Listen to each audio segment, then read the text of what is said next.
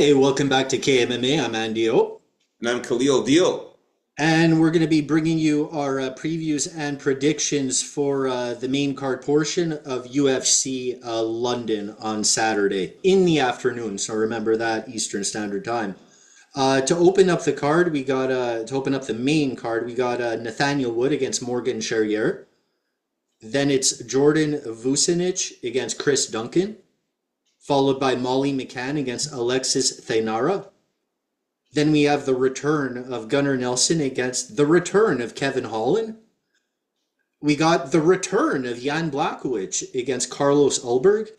And then for the main event, we have Leon Edwards against Sean Brady. So, opening things up, man. Real deal. Who do you got between Jay Hebert and, Nathaniel Wood and Morgan Charrier? Okay, so yeah, this one here is going to be a really good fight, man. This one has the makings of being possibly one of these fight of the night type fights because both of these guys are really, really good. Don't let the record fool you on Morgan Charrier. I know it says 20 wins and 10 losses there, so it might scare a few people, but you got to remember one thing, that these losses were earlier on in his career when he was fighting in Cage Warriors and a lot of other lower level promotions. Okay, so those 10 losses were a long time ago. Since he's been in the UFC, he's actually been 2-1 in the UFC, 2 wins, only 1 loss since he's been in the UFC. So that's something to make sure that people know. Don't get scared of those 10 losses there. Now, I'm going to go with Morgan Charrier in this one. Now, the reason why is because Morgan Charrier is he's a fucking he's a dog. The guy goes out there and fights really. He's brutal when he fights out there. He fights with a lot of grit. They call him the last pirate. He goes out there, man, and gives it his all. He's also in phenomenal shape. This guy is going to be the more muscular, more built, and bigger guy in the cage. He has a 2-inch height advantage over Nathaniel Wood. Surprisingly, they both have the same reach, though. But Morgan Charrier, what I like about him is he's very good at grappling. He's got some good wrestling skills. He's been improving a lot every fight. Like, he's getting better and better every fight. His striking is getting better every fight. His grappling is getting better. The way he fights is getting better. He's fighting smarter. The loss against Chepe Mariscal could have gone either way. It was so close. And Chepe Mariscal, we've seen how good this guy is in his last fight. So that's not it's not a bad look on Charrier to lose to Chepe Mariscal.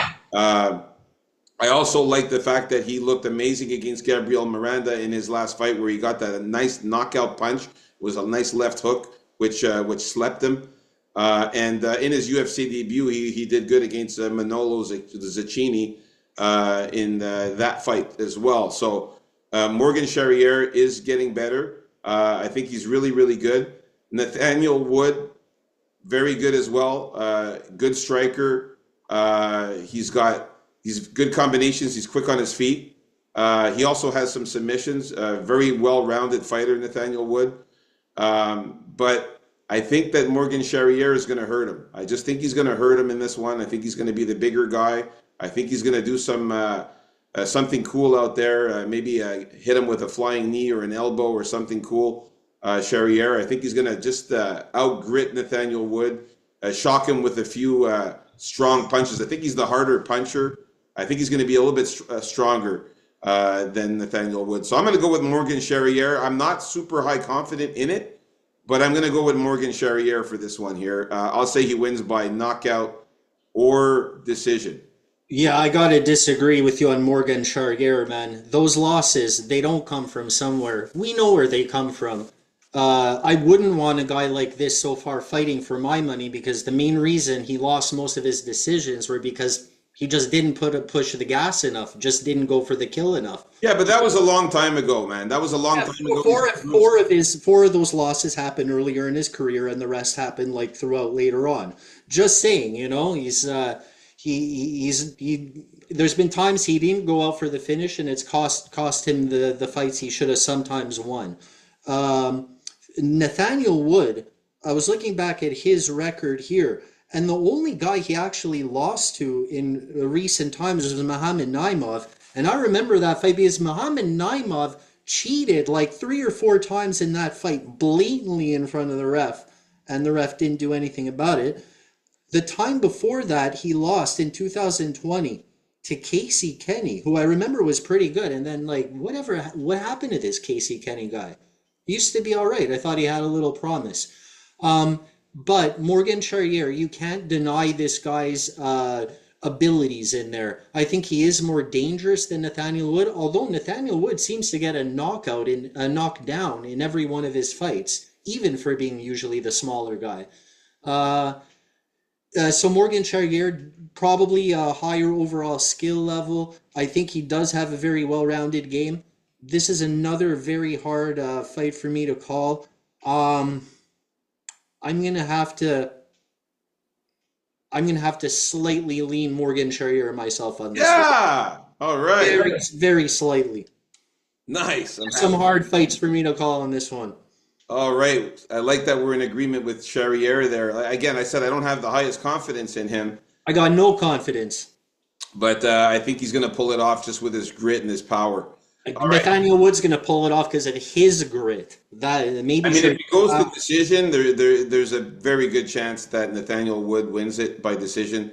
So Charrier is going to have to really come out there and really dominate. this is what I suggest for Charrier. Definitely, dude, that's his problem, man. He has to come out with more intensity. He can't take Nathaniel Wood lightly, and he has to try and knock his ass out. Yeah, I agree. All right, let's move on up to the next fight here. We got Jordan Vucenic against Chris Duncan. All right, so here I actually picked Jordan Vucenic in his last fight as a big underdog there, and And he almost did it. and he almost did it. The only reason, who was he fighting? Guram? In his last fight, yeah, the one that he came in on short notice, he did fight Guram. That's Yeah, right. he came in ultra short notice. He was beating up Guram with more tenacity, getting up in Guram's face, which he doesn't really like so much. Showed more power than Guram. The only reason he lost that fight was because he ran out of gas. So he probably went in there even thinking, "Look, I'm gonna do whatever it takes to win as early as I can. I really think with short notice it's my best chance because I'm not even gonna be able to last the whole fight really anyway." And he came close to doing it. He came pretty close to finishing Guram a couple of times also. I think this guy's striking is way better. I think this guy's grappling is also better than Chris Duncan. Maybe not pure submission. No, wait a minute. What am I saying? Pure submissions, grappling better. Even his power is pretty good. Although I may give the slight edge in pure power to Chris Duncan. He's long, rangy. He knows how to use that well. When it doesn't work well, though, people can get inside on him. One thing, though, I gotta say, and you know what I'm gonna say here, I think, eh? Chris Duncan has a problem that a lot of tall fighters have, and that is that he holds his chin with his chin. And he leaves himself open and getting a rock'em sock'em there. And I wouldn't be surprised at all if Jordan Vucenic knocks his chin out. Other than that, I wouldn't be surprised if he subs him or if it goes to decision, considering he's going to have a full gas tank this time around. I really don't know what to call in this one. I'm going to say, because he's a little, I don't even know if I would call him chinny at this point. He holds his chin with his chin. That's not going to help with his chinniness in the long run. Look, I'm just going to say, I'm just going with Jordan Vucenic here. I know he's a huge favorite, but I can't really pick something with confidence here. I think he has more ways to win in every way. Yeah, man, I'm in agreement with you here. I am also going for Jordan Vucenic. Now, I will say that Chris Duncan is a good dog, but the thing about this fight here, now, on this graph here, Sherdog has Chris Duncan being 3 inches taller. Okay, but in topology, they have them being the same height at 5'10" each. So He's taller than him for definitely sure. want to watch the weigh-ins and face-offs to see the height difference there. Now, here's the thing about Jordan Vucenic. This guy is very scary. Just looking at this guy is scary. Look at all of his tattoos. Just staring at this guy is scary. Looking at him like it. The guy is a very intriguing guy. Super scary with his tattoos. He's got even face tats and everything. This guy is a fucking a beast. Jordan Vucenic. This guy goes out there and fights really, really well. His submission skills are top fucking notch. Okay. Now, when I say top notch, it's levels above most guys. He has amazing guillotines. He's got really good kimuras, very good rear naked chokes. The guy finds really good ways to get submissions when he's got triangle chokes. It's just unbelievable, his submission skills. Bro, I forgot one last thing. Sorry to interrupt you here. I got to mention the great body shots he has. He has great, strong body shots, and he makes them work. Yeah, Jordan Vucenic's striking is also very good. Chris Duncan has some decent striking as well, and he's decent on the feet as well. But the thing is, Chris Duncan, I've noticed that he likes to sometimes mess around on the ground a lot, and likes to use his wrestling, and likes to get the fights to the ground a lot. Chris Duncan, I find, and by doing that, he's really going to put himself in danger against a submission specialist like Jordan Vucenic here. I really think Jordan Vucenic is going to get this fight to the ground. He's not going to keep this fight standing. He's going to get the fight to the ground. And when he gets on the ground, he moves around and gets into positions that really frustrates his opponent. And he always finds a way to get into position to latch in a submission. Again, he has submissions of the highest order. So I am going with Jordan Vucenic here. I think he beats Chris Duncan by submission. We've seen Chris Duncan lose by submission before. He does have problems, Chris Duncan, against guys who are good submission guys like Manuel Torres, who got the submission on him in his last loss, was a rear naked choke there. Also, I don't think his takedown defense is all that good. Yeah, exactly, too. I can see Vucenic doing similar as Manuel Torres, get the fight to the ground, latch in a sub. Chris Duncan tries to get up, gives up his back.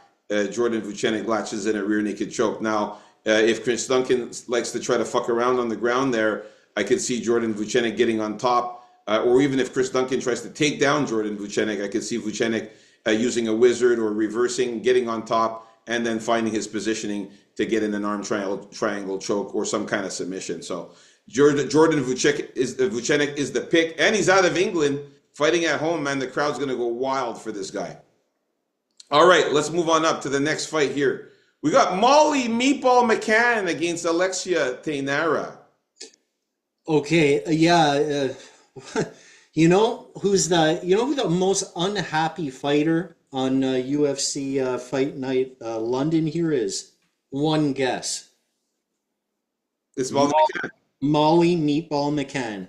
Because she was getting served a little meatball in Estella Nunes, right? That was her name, Estella Nunes, who was riding a 4-fight winless streak going into her fight against Molly Meatball McMahon. In none of which did Estella Nunes look particularly good. So Molly McCann was looking really right the ship here, really get things going. And so Estella Nunes puts out, Molly McCann has to face Alexia Tainara here, who I think, man, she has better striking than Molly McMahon. That's what I was looking for, because I know she has her subs. I know she can get it done on the ground. I know she can probably get Molly McCann down. That always has been one of McCann's weaknesses, right?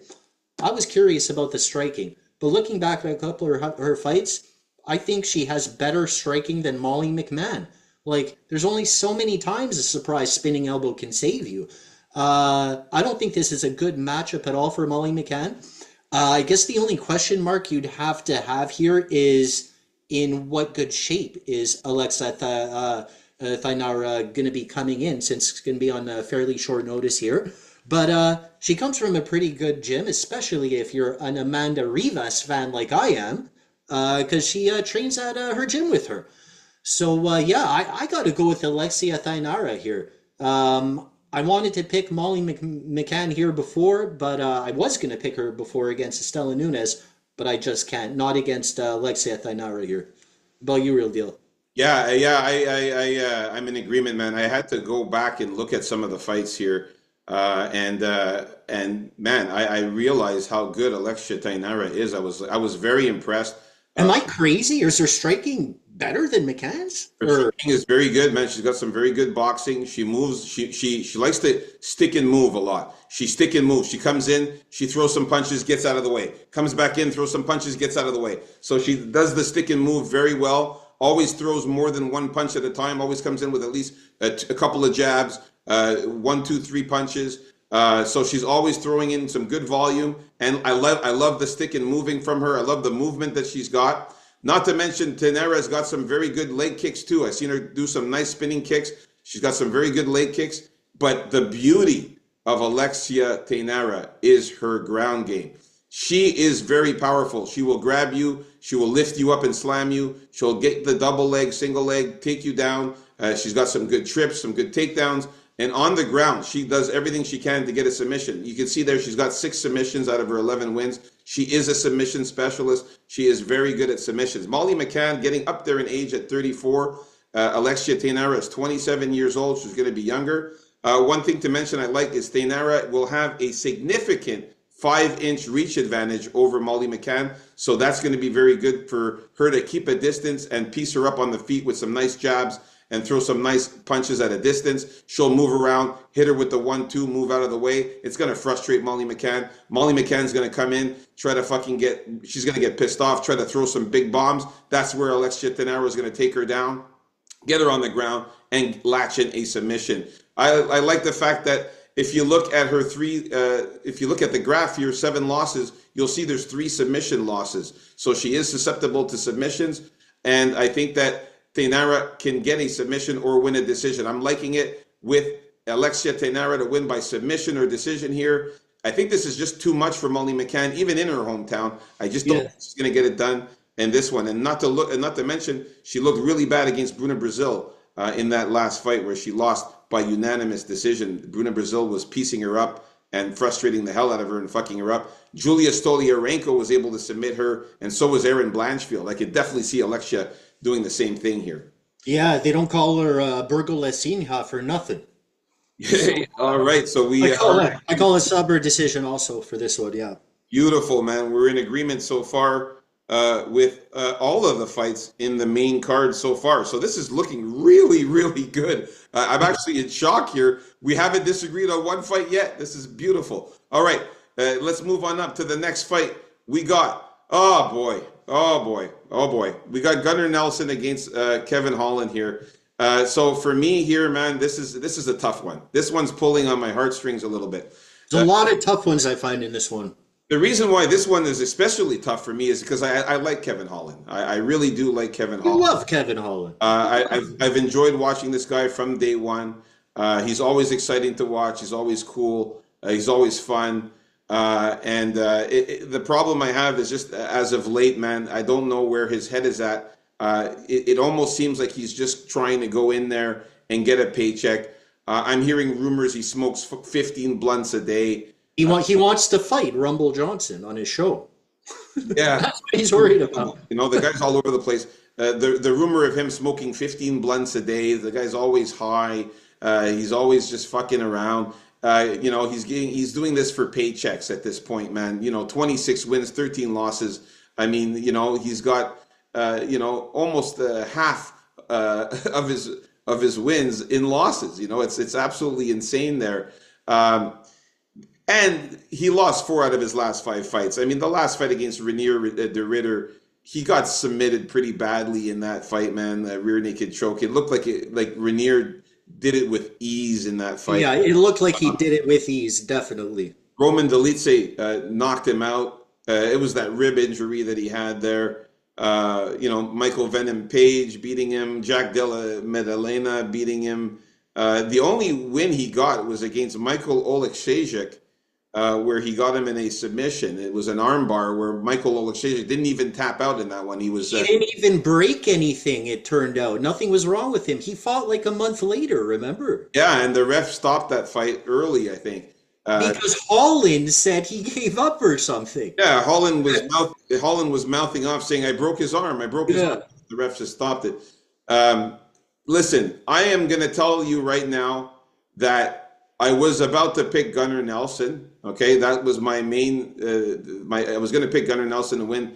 I just thought about it a lot, and I was like, you know what, man, this is a fight where Kevin Holland could maybe get the win here.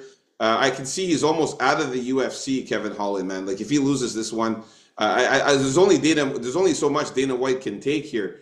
But here's the thing: we're looking at a guy in Gunnar Nelson who hasn't fought in almost 2 years. His last fight was against Brian Barberena, where he submitted him, and that was 2 years ago. But the thing about Gunnar Nelson, that's the first thing a lot of people will notice. That he's not active, but look throughout his career. This guy used to be like on par with McGregor when they first both started coming up. Like people thought really highly of this guy at the very beginning of his career, right? But he's never been active, ever. So this is one guy, I don't think he would be any better or worse because of his inactivity. Because all right, fair enough. I get what you're saying. That's the only thing I'll have to say about that as far as Gunnar here is concerned. I get what you're saying, but here's the thing too. Gunnar Nelson hasn't really fought anybody of substance, and we're looking back at his fights here. You know, he's beating Alex Oliveira, who was extremely old at the time he fought him there, which was 6 years and 3 months ago. Okay. He wasn't that old 6 years and 3 months ago, Oliveira, man. Lost the split decision to Leon Edwards, who's in this card as well. Lost the unanimous decision to Gilbert Burns.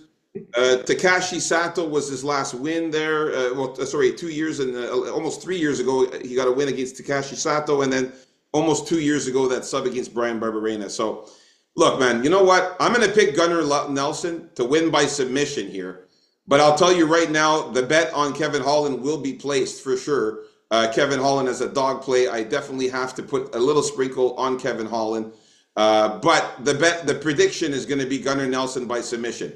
If he does what Reinier de Ridder did in the last fight, get this guy to the ground, he will win by submission. Now they say Kevin Holland has a black belt in jiu-jitsu. I never see him really using that much of his jiu-jitsu. I don't think he has a black belt. But I'm going to go with reluctantly going with Gunnar Nelson by submission. Not much confidence in it. But I can't be confident in Kevin Holland either, but I will put a sprinkle. We'll talk about the betting on Friday. This is one of those difficult fights for all those reasons. Kevin, I will say this too about Kevin Holland. He's better at welterweight than he is at middleweight. Yes. And he fights better when he's been fighting a lot too, when he's active. Well, he's always active. But the thing is, he doesn't really try to gain much weight or lose much weight. If you notice, he's about the same size, whether he's at middleweight or welterweight. So that's never really a problem with Holland. Holland's physical gifts are never really the problem either. I just can't trust the guy. That's it. That's what this pick is based on. I'm picking Gunnar Nelson because I feel if Gunnar Nelson can get him to the ground, I think there's a good chance he will make it look easy, like de Ridder. Like, not taking anything away from the sub ability of de Ridder or Gunnar Nelson, for that matter. They're both quality sub guys, but it's in the way that Holland's going to get subbed, I feel, that he's just going to throw in the towel right away. And now, I'm very afraid of this fight also. I just have it. This is my feeling. Holland's going to knock him out in the first round. Gunnar Nelson has been knocked out once before in his career. If you can get that up quick, I don't know if you can. He got knocked out, and it was basically a hometown fight for him. And I remembered it when I was looking back at his record. It was a real, brutal... Yeah, he got knocked out by Santiago Ponzinibbio. By Ponzinibbio, man. And if memory serves, it was very early in that fight. And I just see the same thing potentially happening again. I can't shake that feeling. So I guess we're both having a hedge of sorts. I'm going to be looking kind of at a knockout in the first round for Holland. Maybe pearlish. That certainly smells like a pearl from here. So we'll see about that. But I can't trust him.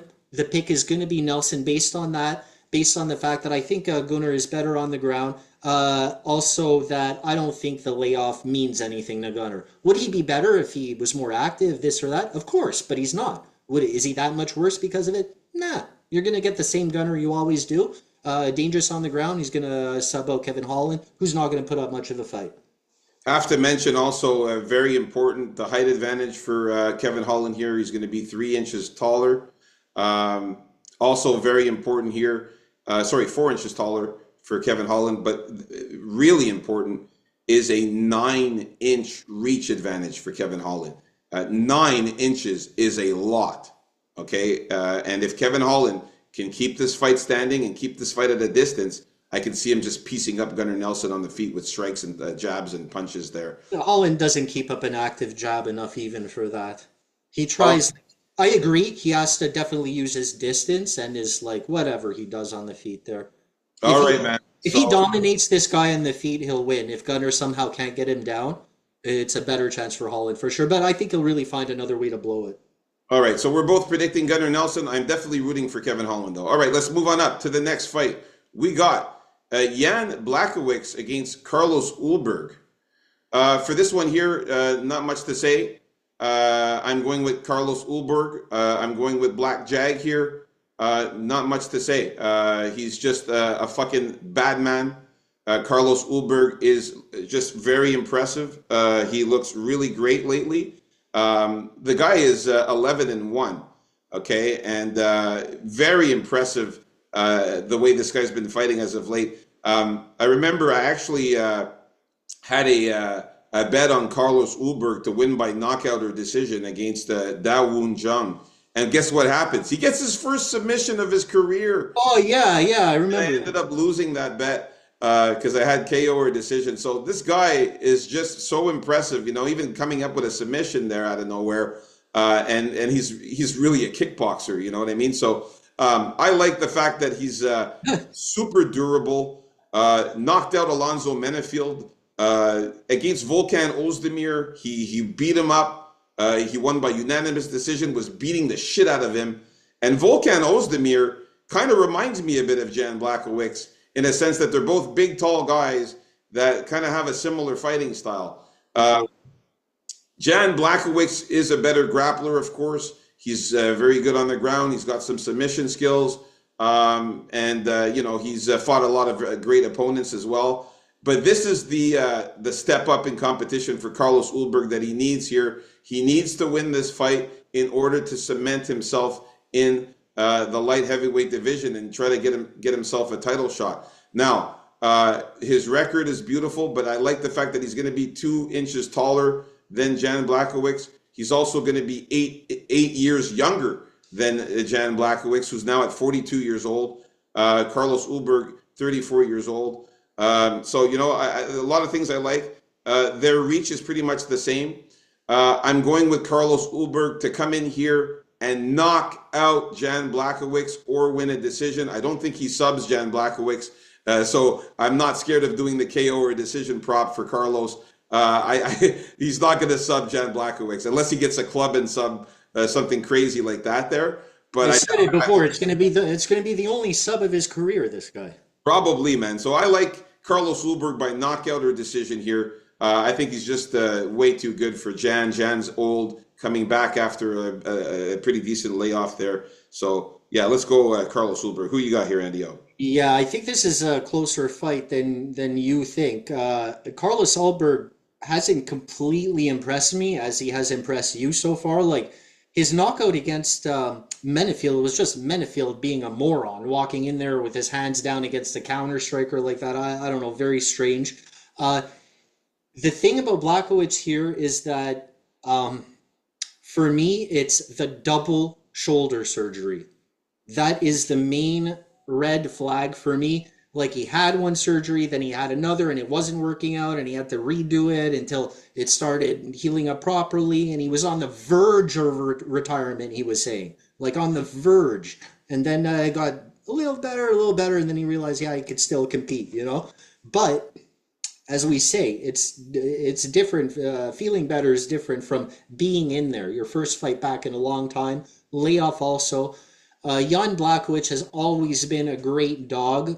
When it comes to the betting, that's what scares me a little bit also because he's won like almost all his fights when he was a dog, like going up, winning the belt. The second he became a favorite against Glover, I think it was. He was a slight favorite in that fight. I think he lost. But yeah, I'm gonna have to go with Carlos Solberg. I think he has to pay attention to those leg kicks from Jan Blachowicz because they're very good as well, and keep moving a little bit, you know, and don't be so relying on the counter strikes, and yeah, use some movement in there, and I think Carlos Ulberg is going to come out on top.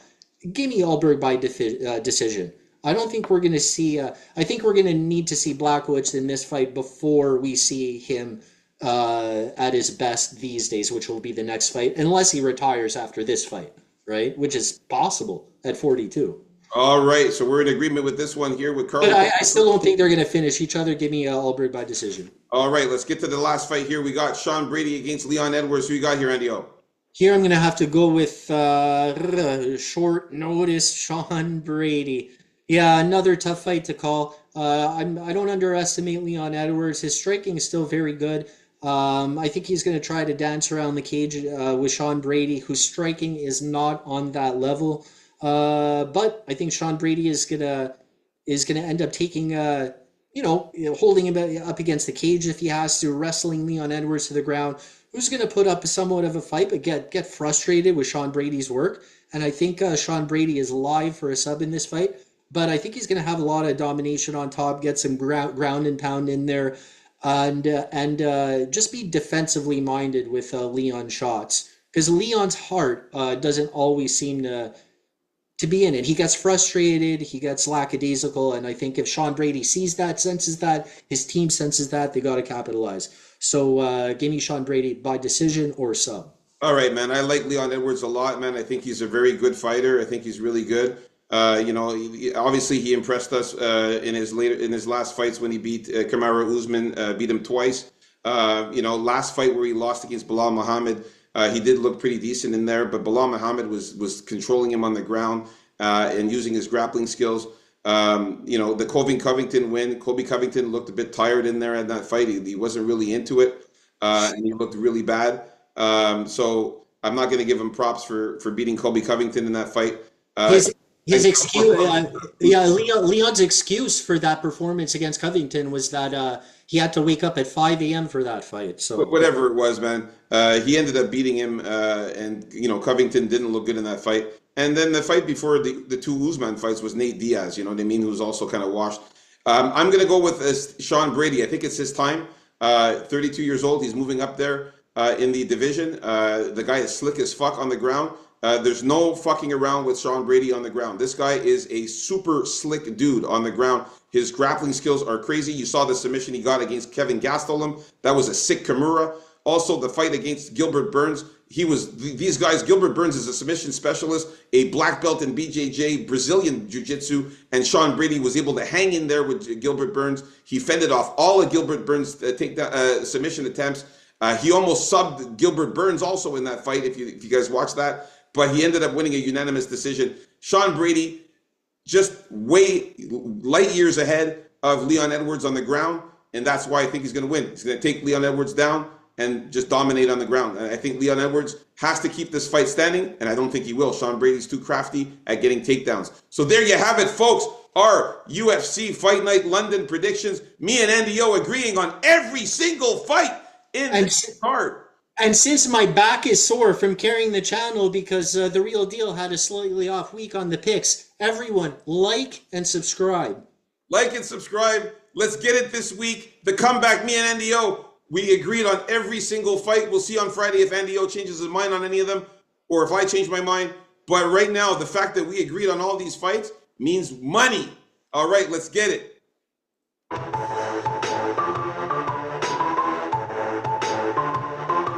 Peace out. KAMMA. Very rare that me and NDO agree on every single fight in an entire card. This is special. Peace out, folks.